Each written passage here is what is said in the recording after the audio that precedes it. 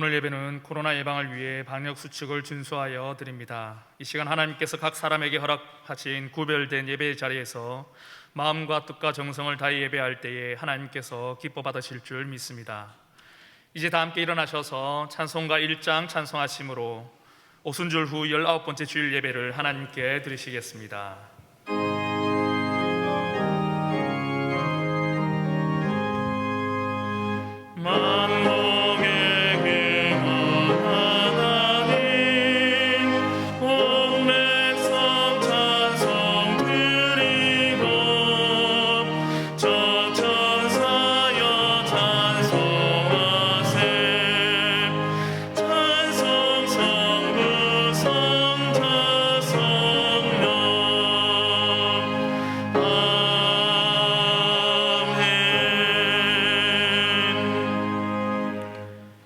하나님이여, 우리가 주의 전 가운데에서 주의 인자하심을 생각하였나이다.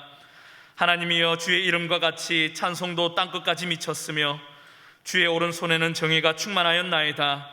하나님은 영이시니 예배하는 자가 영과 진리로 예배할지니라. 아멘.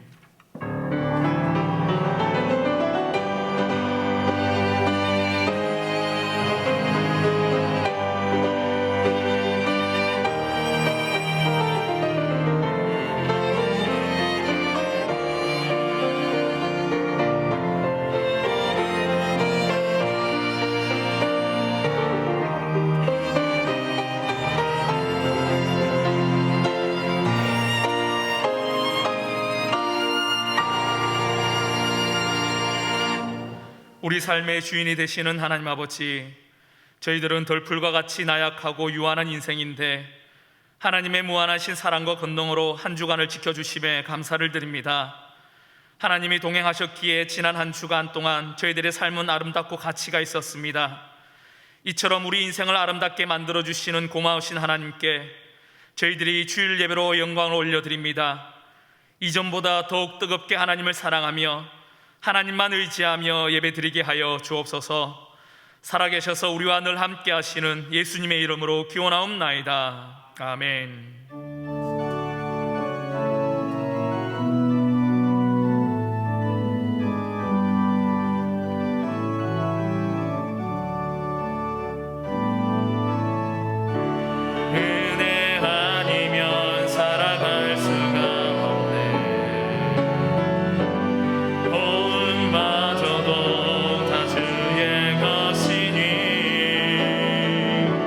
세상 평안과 위로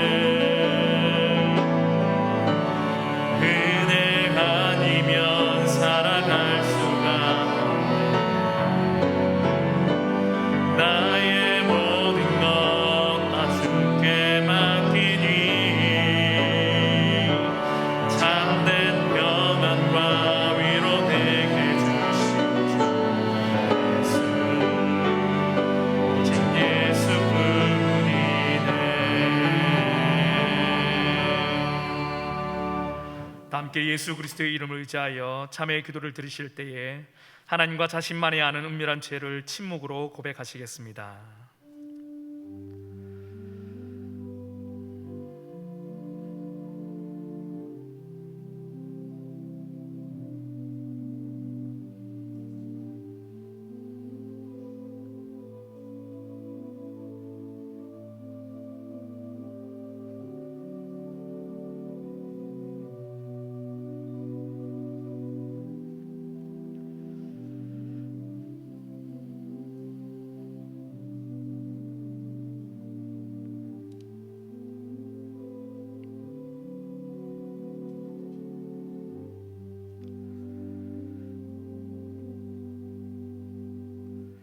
여기 하나님께서 우리에게 주신 용서의 말씀이 있습니다. 여호와께서 이르시되 배역한 이스라엘아 들어와라. 나의 노한 얼굴을 너희에게로 향하지 아니하리라. 나는 긍휼이 있는 자라. 너를 한없이 품지 아니하느니라. 여호와의 말씀이니라. 그러므로 이제 그리스도 예수 안에 있는 자에게는 결코 정죄함이 없느니라. 아멘. 다 함께 사도신경으로 우리의 신앙을 고백하시겠습니다. 나는 전능하신 아버지 하나님 천지의 창조주를 믿습니다.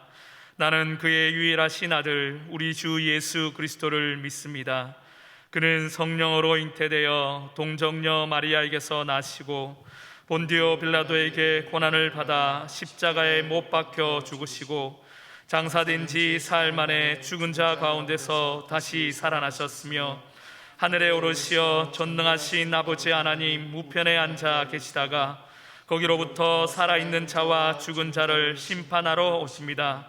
나는 성령을 믿으며 거룩한 공교회와 성도의 교제와 죄를 용서받는 것과 몸의 부활과 영생을 믿습니다. 아멘.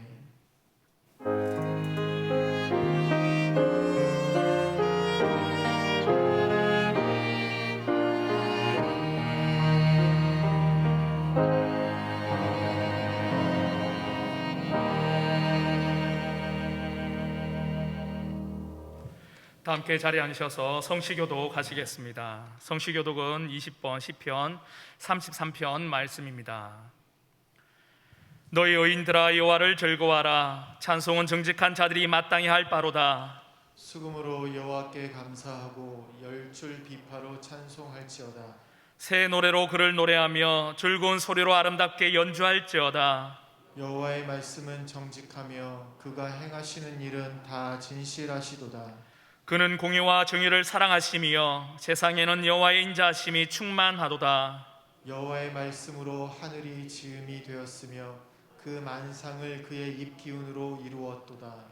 그가 바닷물을 모아 무더기같이 쌓으시며 깊은 물을 곳간에 두시도다. 온 땅은 여호와를 두려워하며 세상의 모든 거민들은 그를 경외할지어다. 아멘. 다 함께 찬송가 294장을 찬송하시겠습니다. 찬송 후 강영성 장로님께서 기도하심으로 함께 기도하시겠습니다.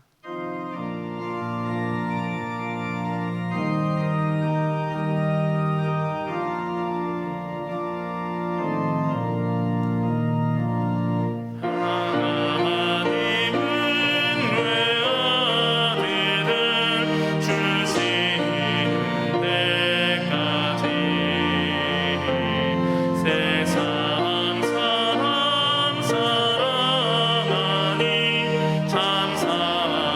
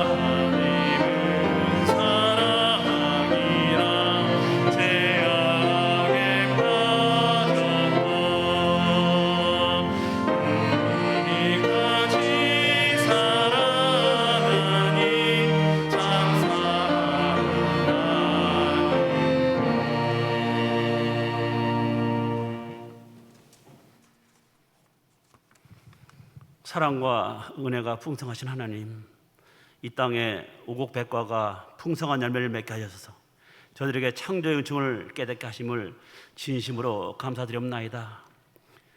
비록 마스크 착용과 모임의 인원 제한으로 우리들의 일상생활은 옹색해졌지만 우리들의 마음은 풍성한 곡식처럼 사랑과 용서도 넉넉해지고 이해와 배려도 넉넉해질 수 있도록 주님 도와주시옵소서.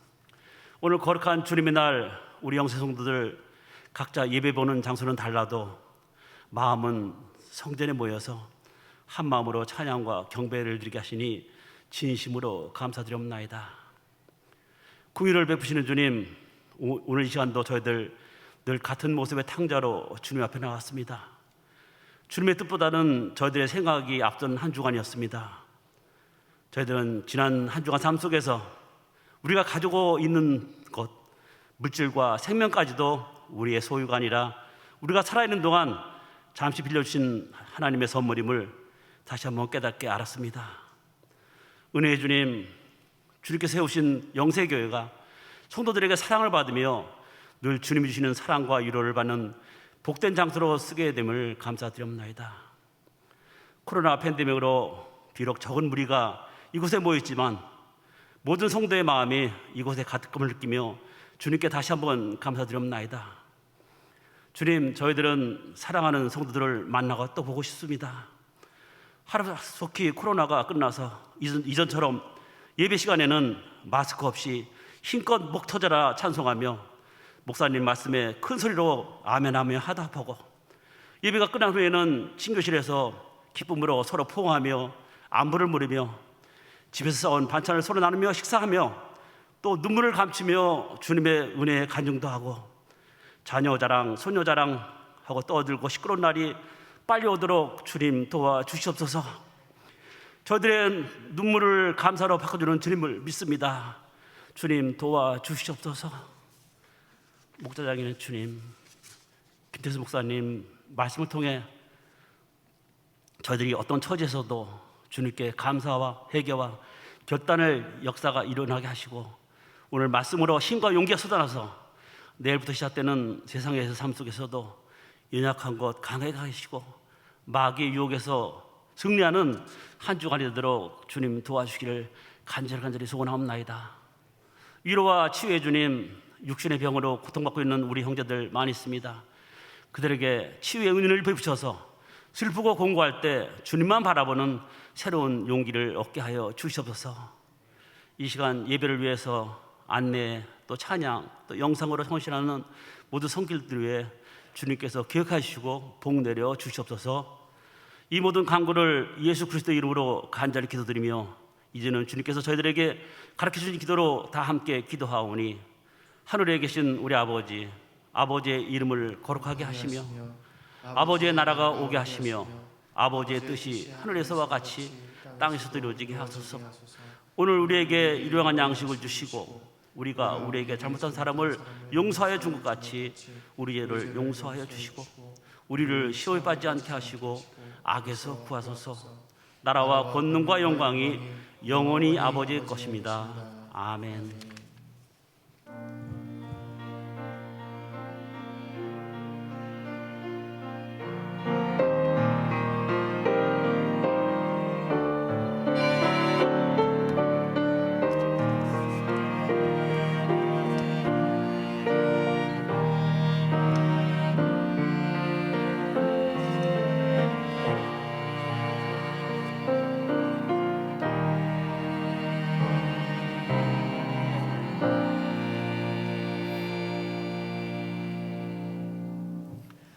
할렐루야. 주일에 나오신 우리 성도님들을 환영하고 축복합니다.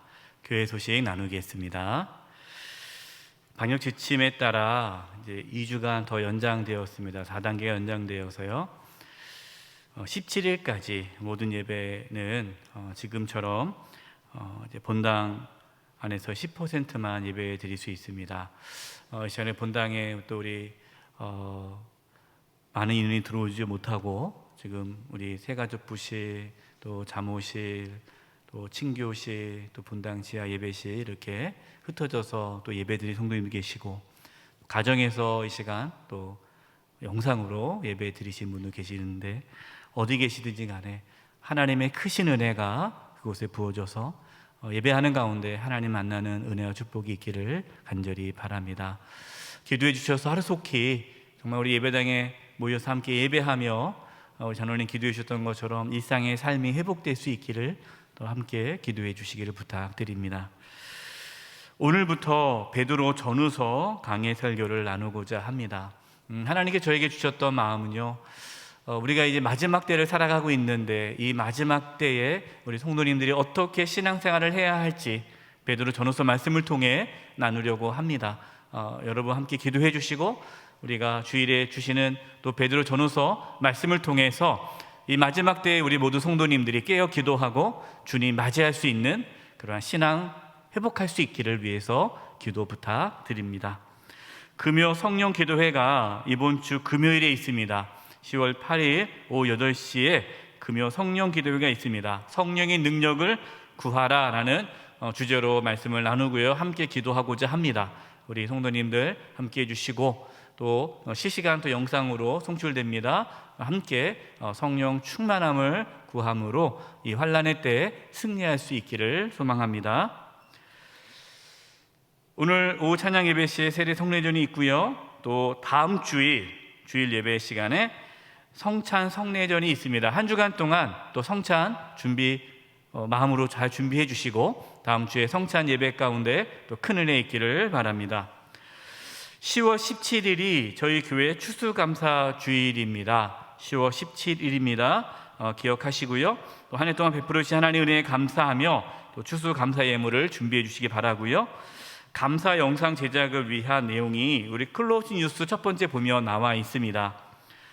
우리 성도님들이 예배당에 나오지 못하고 가정에서 예배를 드리고 있는 이 상황에서 우리 성도님들이 어떻게 하면 함께 하나님 앞에 감사할 수 있을까 고민하다가 우리 성도님들이 가정에서 하나님 앞에 감사의 제목을 크게 큼지막하게 꾸며주시고 도화지에 이렇게 그려주셔서 가족끼리 모여 사진을 찍어주시면 영상도 괜찮고요, 그것을 교회로 보내주시면 저희가 그것을 편집해가지고 영상으로 만들어서 우리 추수감사 주일 예배 때 하나님께 영상으로 감사의 고백을 하려고 합니다. 많은 성도님들이 참여해 주시고요, 비록 예배당에 모여서 함께 우리가 예배하지 못해도 우리 성도님들의 감사의 고백을 함께 나눌 수 있도록 그렇게 준비하려고 합니다. 우리 성도님들 많이 참석해 주셔서 하나님께 감사 돌릴 수 있는 시간 되었으면 좋겠습니다. 모임 안내입니다. 오늘 찬양 예배 후에 본당에서 정기 재직회가 있습니다. 교제란입니다. 별세 소식입니다. 지난 주일에 홍보를 드렸는데요, 우리 1교구 2구역 박은혜 권사님께서 25일에 하나님의 부르심을 받아 장례를 마쳤습니다. 또 장례 또 추가 안내입니다. 4교구 3구역 김영석 집사님 모친 김귀한 집사님 시모께서 1일 별세하셔서 오늘까지 장례가 진행 중에 있습니다. 슬픔을 당한 가족을 위해서 기도해 주시기 바라고요. 자세한 문의는 4교구 담당 신종렬 목사님에게 해주시기 바랍니다. 우리 옆에 분들과 인사를 나누겠습니다. 이렇게 인사했으면 좋겠어요. 오늘 말씀에도 우리가 하나님의 은혜와 평강에 대해서 말씀을 나누게 될 텐데 우리 옆에 분들 보면서 하나님의 은혜와 평강이 가득하시기를 바랍니다. 인사 나누겠습니다. 이번 주간을 위해 우리에게 주시는 하나님의 말씀은 베드로전서 1장 1절에서 2절까지의 말씀입니다. 베드로전서 1장 1절에서 2절까지의 말씀입니다. 면수로는 신약 375면입니다. 하나님의 말씀을 봉독하겠습니다. 예수 그리스도의 사도 베드로는 본도, 갈라디아, 갑바도기아, 아시아와 비두니아에 흩어진 나그네 곧 하나님 아버지의 미래하심을 따라 성령이 거룩하게 하심으로 순종함과 예수 그리스도의 피 뿌림을 얻기 위하여 택하심을 받은 자들에게 편지하노니 은혜와 평강이 너에게 더욱 많을지어다. 아멘.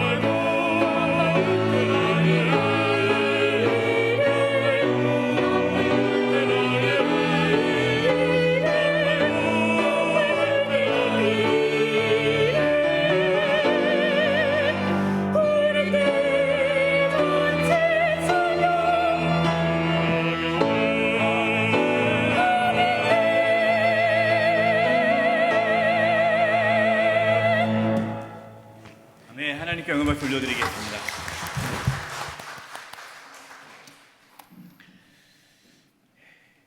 오늘부터 베드로전서 말씀을 나누려고 합니다. 베드로전서는 누가 썼을까요? 베드로가 썼습니다. 학자들은 이 베드로 사도가 베드로 후서를 기록하고 이제 바로 순교했다라고 보고 있습니다. 그러니까 베드로는 순교하기 전에 베드로 전서와 이제 후서를 기록하고 그리고 이제 순교하게 된 것이죠. 자, 그렇다면 이 베드로 사도는 왜 베드로 전서를 기록했을까요? 베드로는 네로 로마 황제의 박해로 환난을 당하고 있는 성도들에게 소망을 주기 위해서 이 베드로 전서를 기록하였습니다. 베드로는 예수님의 제자로 많은 환난을 당하였습니다. 그렇게 환난을 당해도 베드로는 소망이 있었습니다. 소망이 있었기 때문에 어떠한 환난에서도 끝까지 견디며 믿음의 길을 걸어갈 수가 있었습니다. 여러분, 신앙에서 소망은 정말 중요합니다. 소망의 뜻이 뭐죠? 미래에 대한 기대감이죠. 이 미래에 대한 기대, 소망이 없으면 우리는 신앙생활을 할 수가 없는 거예요. 그러니까 신앙이 어떻게 보면은 신앙의 근간은 소망입니다. 믿음이 없어도 사람에게 있어서는 소망이 절대적으로 필요합니다. 사람이 살아갈 수 있는 힘은요, 소망이 있기 때문이에요. 만약에 소망이 없다면, 절망이라면 사람들은 삶을 포기할 거예요. 지금 힘들고 어려워도 소망, 앞으로 미래에 대한 어떤 기대감이 있으니까 지금의 고난을 견딜 수 있는 거 아닙니까? 근데 그 사람에게 당신의 미래도 계속 어렵고 더 힘들 거야 라고 한다면 삶을 포기하겠죠. 그래서 정말 무서운 것이 소망을 잃어버린 것, 절망이 제일 무섭습니다. 우리에게 있어서 소망은 무엇입니까? 부활에 대한 소망, 천국에 대한 소망이 우리에게는 있습니다. 부활과 천국에 소망이 있는 자는 지금 어떠한 고난을 겪어도 견딜 수가 있는 것이죠. 근데 이 소망은요, 믿음이 있어야 소망을 가질 수 있습니다. 믿음이 없으면 어떻게 소망을 가질 수 있겠어요? 그래서 믿음은 소망을 가져와요. 그리고 소망은 인내를 하게 합니다. 그래서 믿음은 소망을 갖게 하고 소망은 인내하게 하는 것이에요. 베드로는 초대교회 성도들에게 바로 이 소망을 나누고 싶었습니다. 저와 여러분에게도 베드로 사도가 품었던 그 소망을 가질 수 있기를 간절히 기도합니다.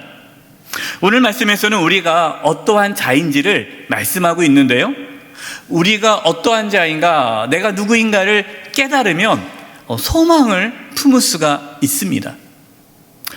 먼저 첫 번째, 우리가 누구인지를 보도록 하겠습니다. 우리는 나그네입니다. 한번 따라해 보겠습니까? 우리는 나그네입니다. 1절 앞부분입니다. 예수 그리스도의 사도 베드로는, 베드로는 자기를 이제 처음 소개하면서 편지를 쓰는데 자기가 누구라고 지금 소개하고 있어요? 예수 그리스도의 사도라고 소개하고 있어요. 사실 베드로는 예수님의 12제자 중에 수제자예요. 그리고 사도들 중에서도 대표 사도죠. 사실 베드로만큼 예수님과 가까이 했던 제자가 없습니다. 그리고 지금 초대교회 안에서도 대표 사도 중에 한 사람이 베드로예요. 그러면 베드로는 자신이 어떠한 자인지, 자신이 대단한 사람이라는 것을 밝힐 수 있지만 베드로는 그렇게 하지 않아요. 그냥 나는 그저 예수 그리스도의 사도라는 말은요, 보내심을 받은 자예요. 나는 예수님의 보내심을 받은 자입니다 라는 거예요.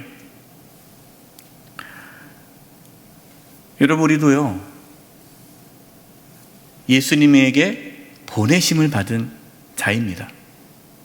목회자뿐만 아니라 우리 모든 그리스도인은 예수님에게 보내심을 받은 자예요. 우리는 세상에 보내심을 받은 자예요. 그래서 우리가 세상적으로 내가 뭐 어떤 일을 하고 내가 이런 사람이고 막 이렇게 화려한 경력을 내세우는 것이 아니라 우리는 예수님의 보내심을 받은 자라는 생각으로 살아야 돼요. 저에게는 이제 하나님께서 이제 목사라는 직분을 주셨고, 특별히 영세교회 담임 목사라고 하나님 저에게 직분을 주셨습니다. 저는 하나님께서 영세교회 보내심을 받은 자예요. 여기 계신 분들, 장로님, 또 우리 권사님, 안수 집사님, 또 우리 제주우리 집사님들, 하나님께서 우리에게 어떤 직분을 주셨다면 하나님께서는 그 직분을 잘 감당하라고 보내심을 받은 자예요. 그래서 우리는 그 하나님의 보내심을 받은 대로 충성을 다하는 거예요. 그것이 우리가 이 땅에 살아가는 삶의 모습입니다. 베드로는 자신이 예수님께서 보내주신 사도다라고 고백하면서 1절 중간 부분에 이렇게 쓰고 있어요. 본도, 갈라디아, 갑바도기아, 아시아 비두니아에 흩어진 나그네. 그러니까 누구에게 편지를 쓰고 있는 거예요? 흩어져 있는 나그네에게 편지를 쓴다. 근데 나그네가 누구입니까? 성도들이에요. 그러니까 성도들을 향해서 나그네라고 부르고 있는 거예요. 이 나그네로 번역된 헬라어가 파레피데모인데요. 이 파레피데모의 뜻은요, 이국 땅에서 일시적으로 살고 있는 사람을 뜻합니다. 일시적으로. 이국 땅에서, 남의 땅에서. 그러니까 저와 여러분이 누구라는 거예요? 이국 땅에서 일시적으로 살아가는 사람이다라는 겁니다. 우리가 대한민국에 살아가고 있지만, 우리가 비록 또 대한민국 국적으로 대한민국 국민으로서 살아가고 있지만, 우리의 본향은 대한민국이 아니다라는 거예요. 이것만 딱 따가지고 우리 목사님 그러시는데 우리가 대한민국 국민이 아니래, 또 이러면 안 돼요. 오해가 생깁니다. 예? 여러분, 나라를 사랑해야 돼요. 대한민국 국민이 아니다라는 말이 아니라 우리의 본향은 천국이다라는 거예요. 천국. 예. 빌립보서 3장 20절입니다. 그러나 우리의 시민권은 하늘에 있는 자라 거기로부터 구원하는 자 곧 주 예수 그리스도를 기다리노니. 우리의 시민권은 어디에 있다고요? 하늘에 있다. 하늘. 그러니까 우리는 천국 시민권자라는 거예요. 여러분은 나그네로 살아가고 있습니까? 아니면 이 땅에 정착민으로 살아가고 있습니까? 우리는 이 땅에서 영원히 살지 않아요. 그래서 이 세상을 떠나는 것을 두려워할 필요가 없습니다. 나그네는요, 자신의 고향을 바라보며 살아가는 자잖아요. 그렇기 때문에 나그네가 고향 가는 것을 두려워한다면 그 사람은 나그네가 아니죠. 지난 주일에 죽음에 대한 말씀을 나눴어요. 우리 또 사랑하는 권사님이 갑자기 떠나가게 되었고, 또 제 주변에 또 어떤 목사님이 또 갑자기 떠나가게 되었고, 죽음에 대한 우리가 언제 하나님의 부르심을 받을지 모른다라고 말씀을 나눴는데, 그 말씀을 듣고 한 주간 동안 두려움에 빠지신 성도님이 계셨어요. 연락이 왔는데 두렵다라는 거예요. 목사님, 말씀을 듣고 너무너무 무서웠대요. 네. 자신이 죽을까봐, 네. 나도 죽을 수 있겠다라는 그 죽음에 대한 공포가 오면서 무서웠다라는 거예요. 그래서 제가 충격을 받았어요. 말씀을 듣고 힘과 용기를 얻어야 되는데 말씀을 듣고 두려워졌다 하니까, 야, 이거 어떻게 되나. 근데 감사한 게 또 그 두려움이 오히려 신앙을 회복할 수 있는 계기가 된 거예요. 그래서 같이 이야기 나누는데, 집사님, 두려워할 거 없습니다. 어차피 우리는 이 땅에 영원히 사는 것도 아닙니다. 우리 천국을 소망하는 자입니다. 천국에 대한 소망을 나누게 되었어요.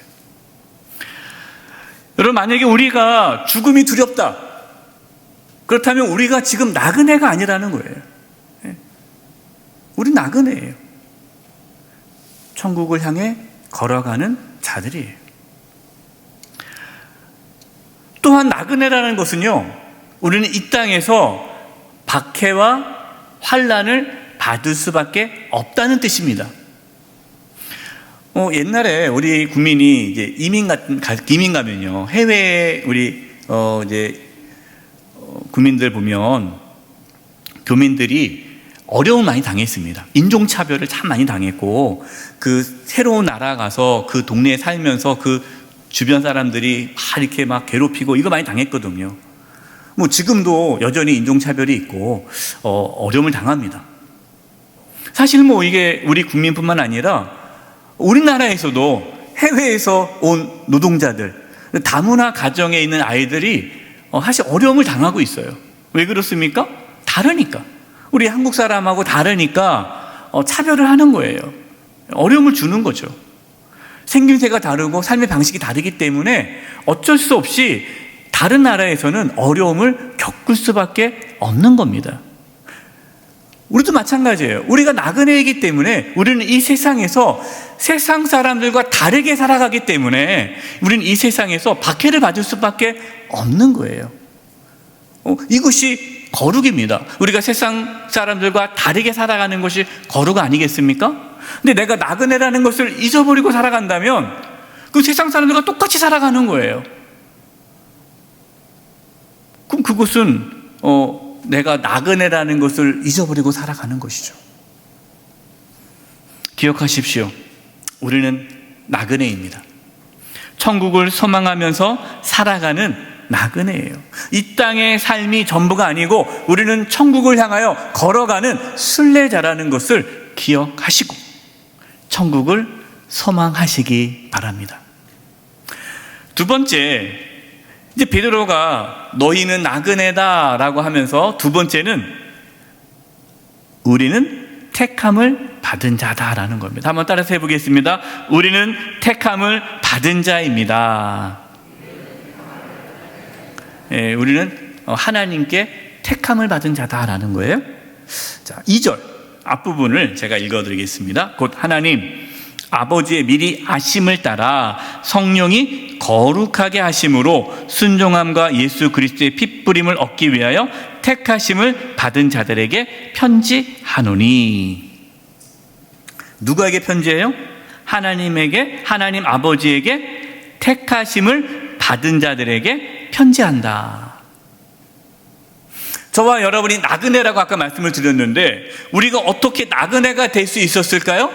하나님께서 우리를 택해 주셨기 때문에, 천국 백성으로 택해 주셨기 때문에 우리가 나그네로 살아가게 된 거예요. 여러분, 2절 이 한 구절에 성부, 성자, 성령 하나님께서 우리를 구원해 주신 그 내용이 나옵니다. 2절이 참 중요해요.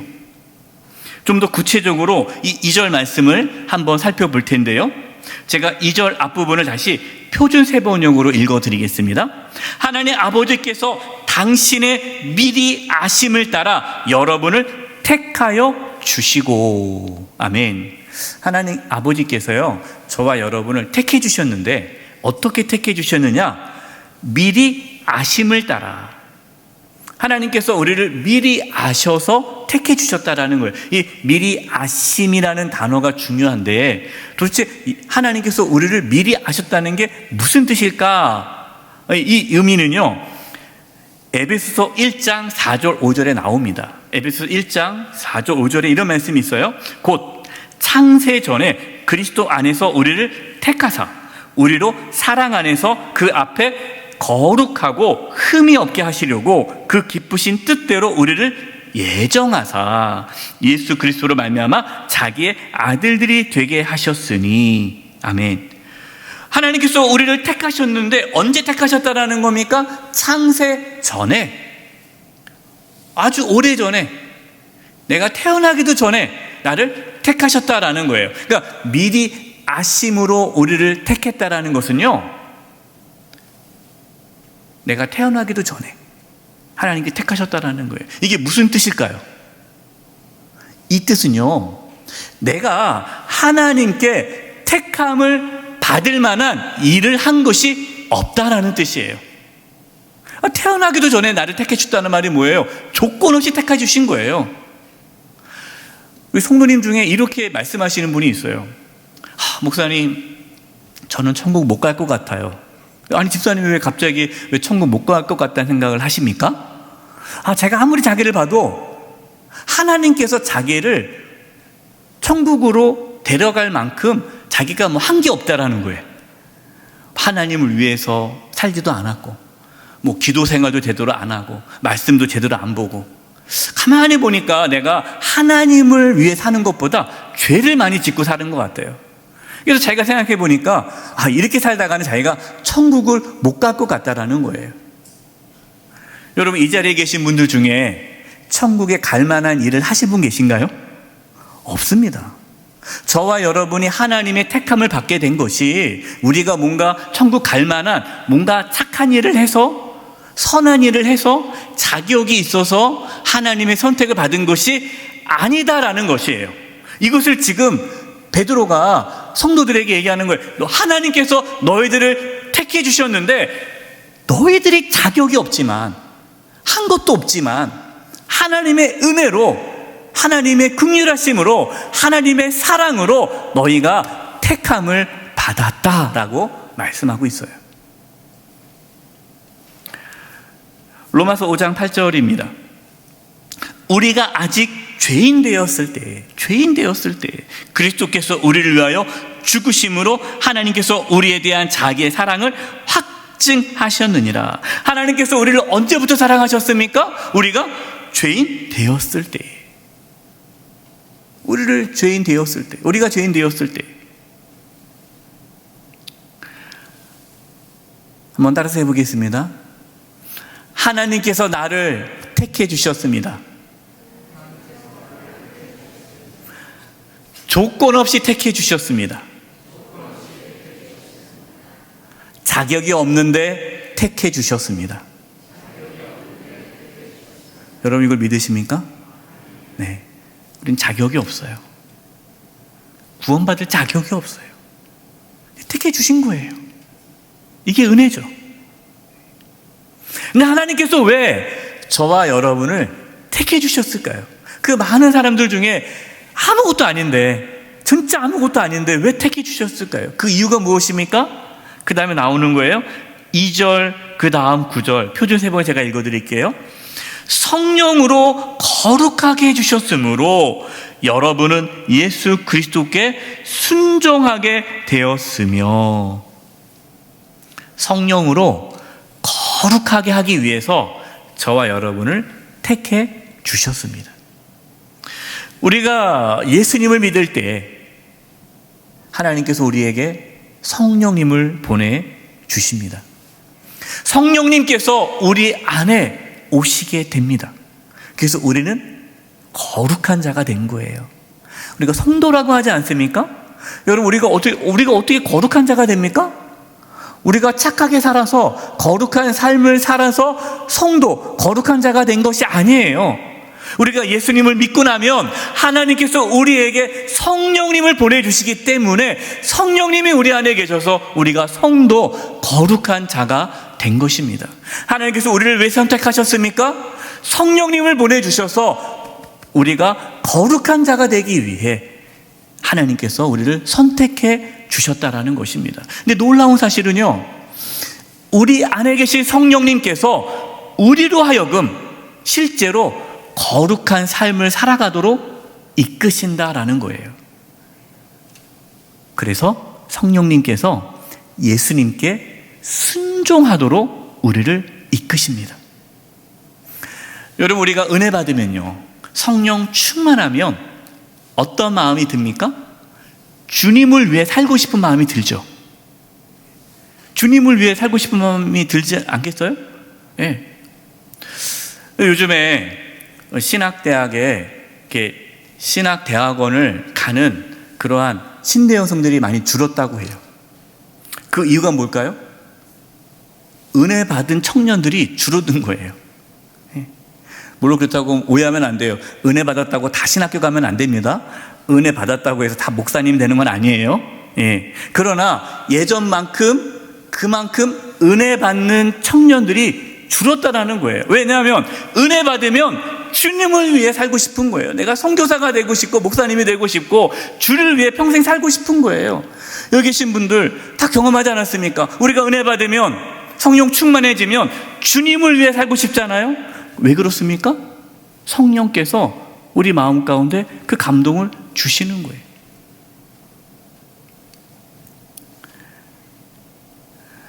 이 절 끝부분입니다. 표준 세번역 읽어드릴게요. 그의 피로 정결함을 얻게 되었습니다. 하나님께서 우리를 선택해 주셔서 예수님의 피로 정결함을 받게 해주셨다라는 거예요. 저와 여러분이 깨끗한 자가 된 것은요, 예수님의 피 때문입니다. 예수님의 보혈로 저와 여러분은 정결함을 받게 되었습니다.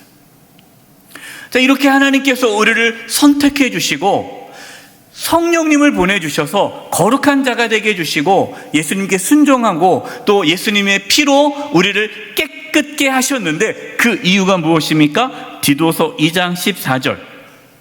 그가 우리를 대신하여 자신을 주심은 모든 불법에서 우리를 속량하시고 우리를 깨끗하게 하사 선한 일을 열심히 하는 자기 백성이 되게 하려 하심이라.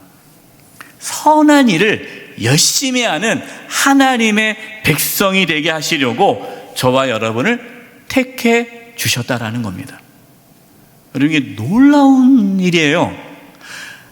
우리가 하나님의 백성, 자녀가 될 만한 자격이 하나도 없는데, 그렇잖아요? 우리가 한 게 없잖아요. 아까 말씀드렸잖아요. 우리가 자격 없이 하나님 우리를 선택해 주셨잖아요. 그런데 놀라운 것은 하나님께서 우리를 택해 주셔서 우리로 하나님의 자녀로 살아가도록 하나님께서 이끄신다라는 겁니다. 성령 하나님께서 우리를 그렇게 선한 일에 열심히 하는 백성으로 사랑하게 이끈다라는 거예요. 선한 일이 무엇입니까? 하나님의 뜻을 이루며 살아가게끔 인도하신다라는 거예요. 베드로는 성도들에게 너희들이 누구인지를 알아라. 너희는 하나님께 택함을 받은 자이다. 하나님께서 너희들을 택했다. 그러니까 걱정하지 말아라. 지금 환난과 고난과 역경 가운데 있어도 너희가 어떤 환난 가운데서도 하나님께서 너희를 택했기 때문에 너희를 끝까지 지키실 것이다.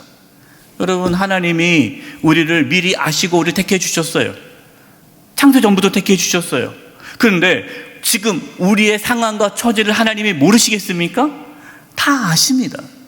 다 아세요. 여러분, 지금 우리 성도님들 한 사람 한 사람 각자 상황과 처지를 우리 하나님 아버지는 너무나 잘 알고 계십니다. 그러나 걱정하지 마세요. 하나님이 택하셨기 때문에 끝까지 책임져 주시고 끝까지 하나님께서 우리가 환난과 고난 가운데서도 믿음의 길을 걸어가도록 지켜주실 것입니다. 그것이 우리에게 소망이 되는 거예요. 하나님 날 택해 주셨구나. 내가 자격이 없는데 날 택해 주셨구나. 나를 택해 주셔서 성령님을 보내주셨고 성령님께서 나로 하여금 거룩한 삶을 살도록 이끌어 가시는구나. 내가 예수님의 피로 깨끗함을 받아 하나님의 자녀가 되었구나. 하나님께서 나를 하나님의 선한 일을 하는데 사용하시겠구나. 그 소망이 있기 때문에 지금 내가 부족해도 지금 내가 연약해도 하나님께서 나를 그렇게 이끌어 가실 것에 대한 소망이 있기 때문에 지금 나는 견딜 수가 있는 거예요. 저와 여러분에게 이 소망이 있기를 바랍니다. 하나님께서 나를 택해 주셨다라는 그 사실을 놓치지 않기를 바랍니다. 세 번째, 한번 따라해 보십시오. 우리는 은혜와 평강이 필요한 자입니다. 2절 부분이에요. 은혜와 평강이 너희에게 더욱 많을지어다. 아멘. 지금 우리에게 필요한 것이 무엇입니까? 어떤 분들은 노후를 준비해야 되는데 노후에 잘 지낼 수 있는 재산이 필요합니다. 이렇게 생각할 수 있을 거예요. 어떤 분들은 지금 내가 너무나 고통스럽고 아픈 문제가 있는데 이 문제가 해결되는 것, 이것이 저에겐 필요합니다. 이렇게 말할 수 있을 겁니다. 물론 우리가 노후에 어떤 편안한 삶을 살기 위해 어느 정도 돈이 있는 것도 필요하겠죠. 또 지금 어떠한 인생에 큰 고통과 아픔이 있다면 이 문제 해결되는 것도 필요하겠죠. 그러나 그 무엇보다도 진짜 우리에게 반드시 있어야 할 것은 하나님의 은혜와 평강입니다.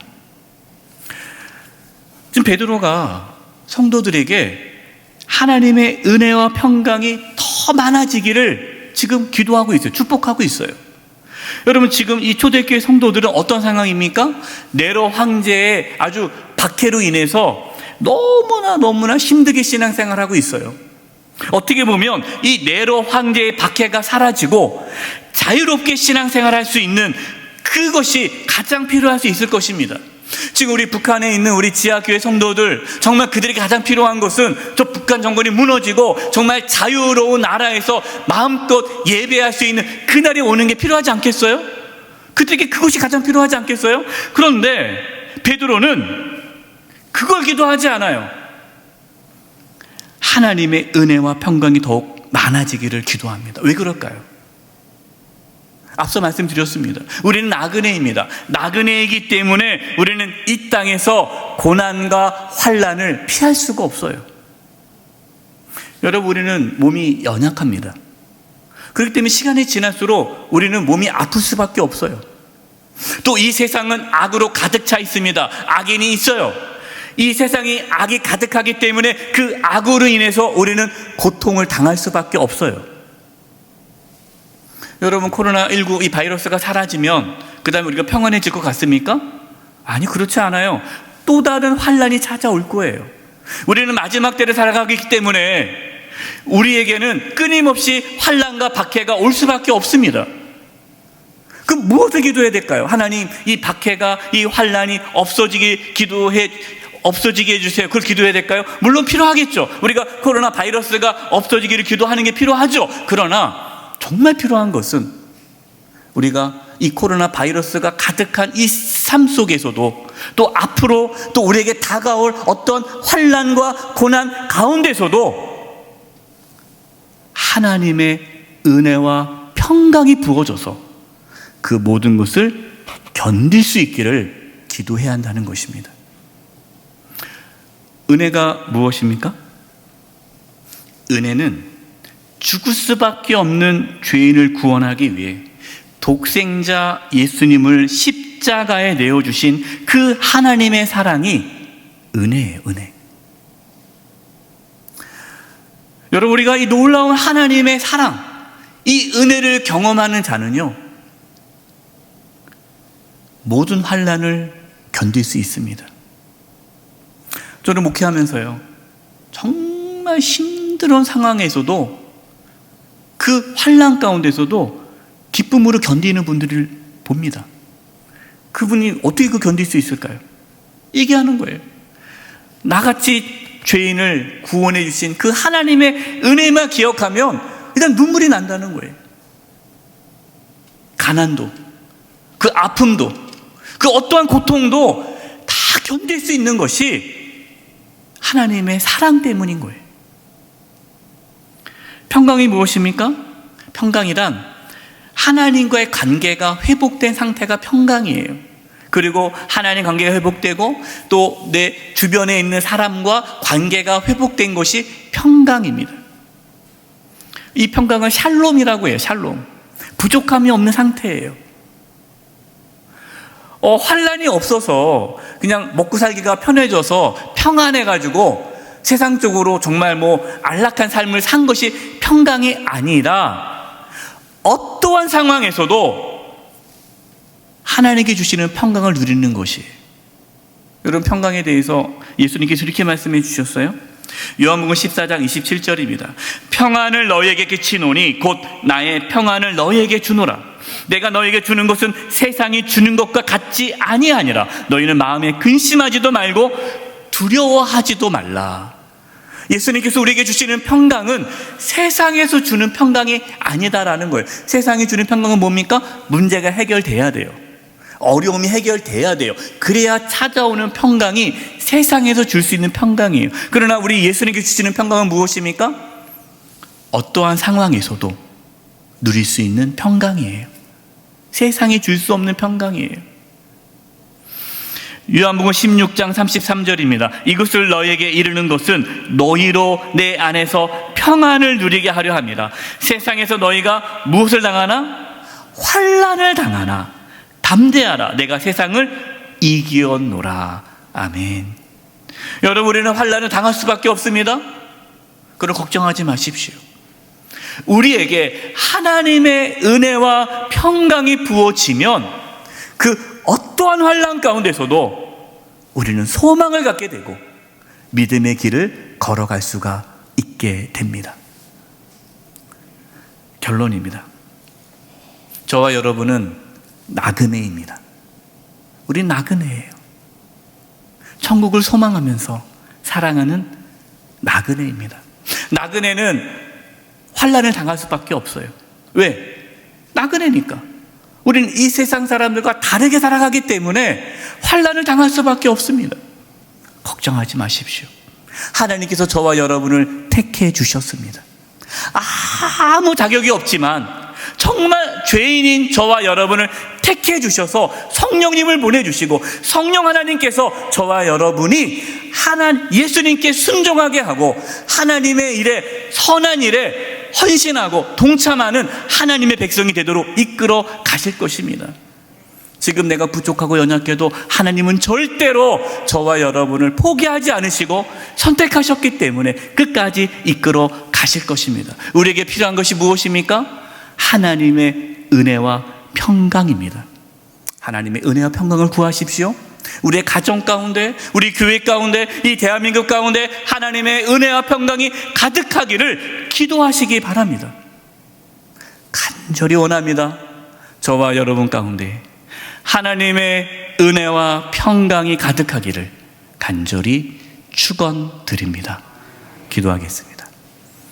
하나님 아버지, 이 마지막 때에 저희들 이 세상 살아갈 힘이 없습니다. 우리 성도님들에게 하나님의 은혜와 평강을 부어주셔서 환난 가운데 소망을 갖게 해주시고 끝까지 하나님의 백성으로 천국 시민권자로 믿음의 길을 걷게 하여 주시옵소서. 어떠한 환난과 고난 가운데서도 소망을 갖게 하여 주시옵소서.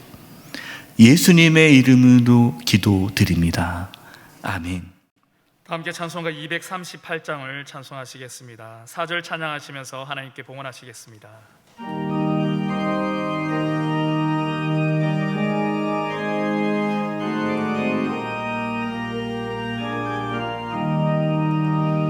해지는 저편 새 하늘에는 우리 주 예수 계시오니 고난은 가고 찬란한 새벽 영광의 날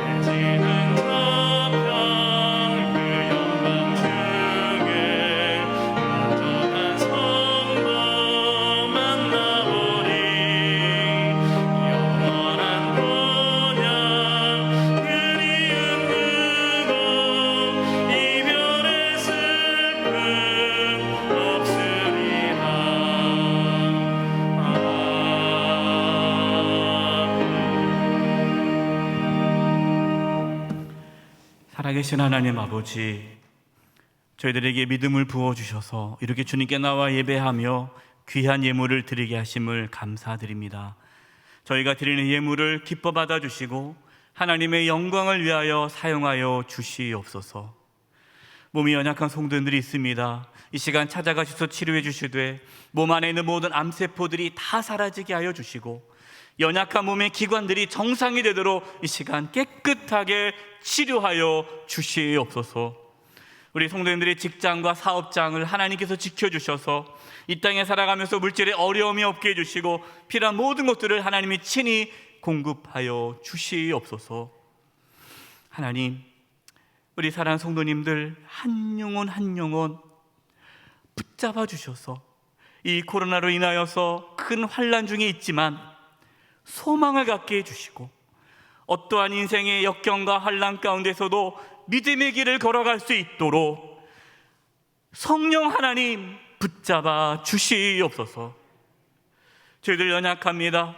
끝까지 믿음의 길을 걸어갈 수 있도록 주여 도와주시고 악한 사탄 마귀에 틈타지 않도록 지켜 주시옵소서. 대한민국을 위해 기도합니다. 나라와 이 민족 가운데 하나님께서 역사해 주시되 정치, 경제, 사회, 문화 모든 영역에서 하나님의 다스림이 있게 하여 주시고 하나님의 나라가 이 땅 가운데 이루어지게 하여 주시옵소서. 특별히 위정자들이 하나님을 경외하는 가운데 올바른 정책을 펼쳐나갈 수 있도록 도와주시옵소서. 이제 세상으로 나아갑니다. 우리 사랑하는 성도님들, 나그네로서 하나님의 선택받은 백성으로서 당당하게 살아갈 수 있도록 주여 붙잡아 주시고 어떠한 고난과 역경도 이겨낼 수 있는 소망을 허락하여 주시옵소서. 주님 오시는 그날까지, 하나님 앞에 서는 그날까지 믿음의 길을 잘 걸어갈 수 있도록 우리 성도님들 한 영혼 한 영혼을 지켜 주시옵소서. 주님께 의탁드리옵고 예수님의 이름으로 기도드립니다. 아멘.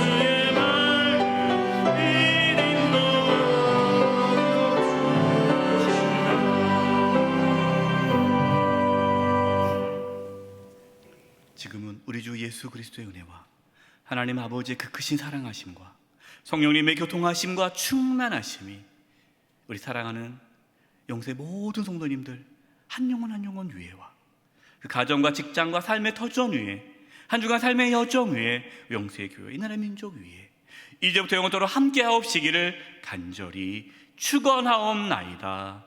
아멘.